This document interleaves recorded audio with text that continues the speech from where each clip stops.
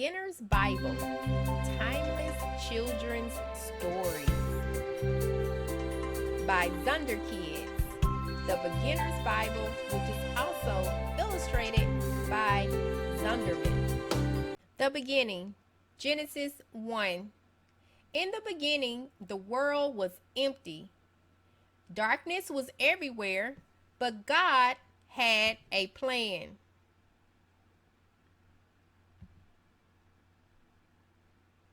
God separated the light from the darkness. Let there be light, he said, and the light turned on. He called the light day, and he called the darkness night. This was the end of the very first day. Then God said, I will divide the waters. He separated the waters in the clouds above from the waters in the ocean below. He called the space between them sky. This was the end of the second day. Next, God rolled back the waters, and some dry ground appeared. He made the plants of beautiful shapes and colors. He made mountains, hills, and valleys. This was the end of the third day.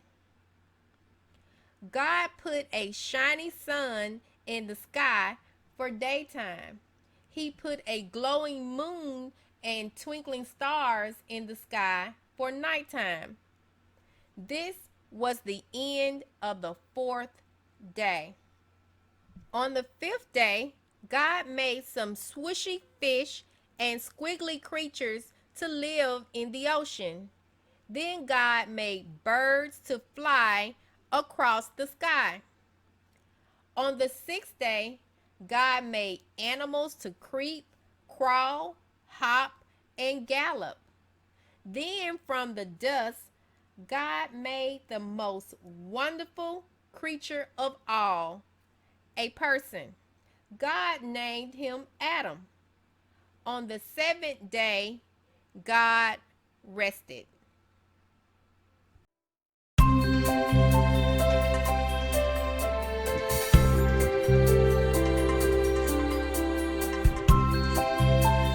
Eve, Genesis 2. God had planted a beautiful garden for Adam in a place called Eden. A river flowed through the garden. Adam loved his new home. His job was to name all of the animals and care for the garden. Adam loved all of the animals, but he could not find a friend that was just right for him. So God created a woman. Adam named her Eve. She was just right for Adam. Adam and Eve loved each other. Together, they took care of God's garden.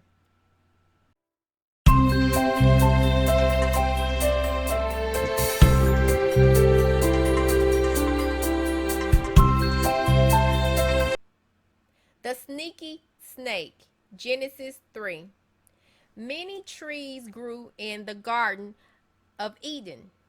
God told Adam and Eve, you may eat the fruit from any tree except for one. Never eat the fruit from the tree of the knowledge of good and evil. Now there was a sneaky snake in the garden. One day the snake saw Eve near the special tree. He hissed, did God really tell you not to eat fruit from this tree? The snake wanted Eve to disobey God. It said, you should try some of this tasty fruit. If you eat it, you will be like God. You will be able to tell the difference between good and evil. The fruit looked tasty. Eve remembered what God had said, but she ate the fruit anyway. Then Eve gave some to Adam. He took a bite too. As the sun was going down, Adam and Eve heard God walking through the garden. He was looking for them. Adam and Eve hid among the trees. They were so afraid. "What have you done?" God said. "Did you eat from the forbidden tree?" Adam said, "Yes, but Eve gave it to me." Eve said, "Yes, but the snake tricked me." God told the snake, "Because of what you did, you will always crawl on your belly." Then he told Adam and Eve, "Because you disobeyed me, you can no longer live in the garden." Adam and Eve left the garden. God placed angels and a flaming sword to guard the entrance. Adam and Eve would never be allowed in the garden again.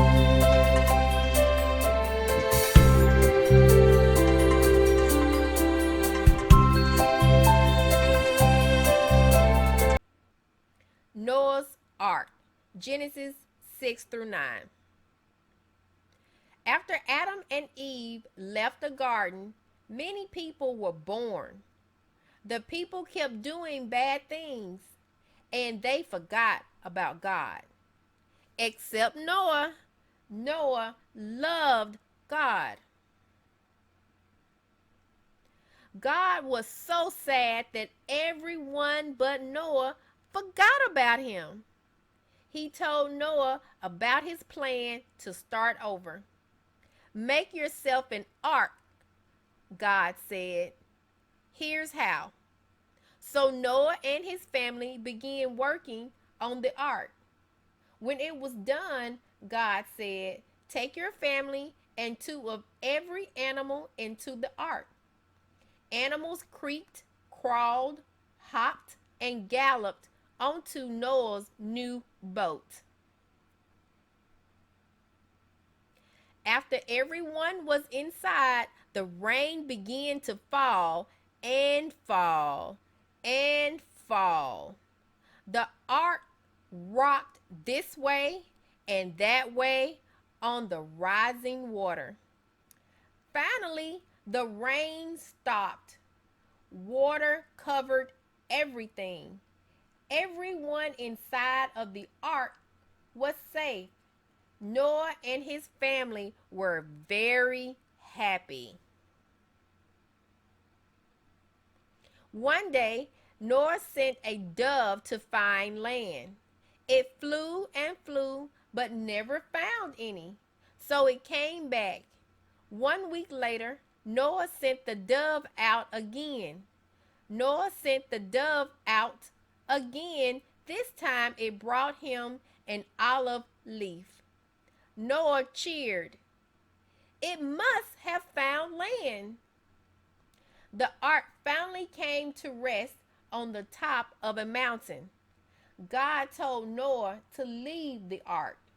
Noah and his family praised God. God put a beautiful rainbow in the sky.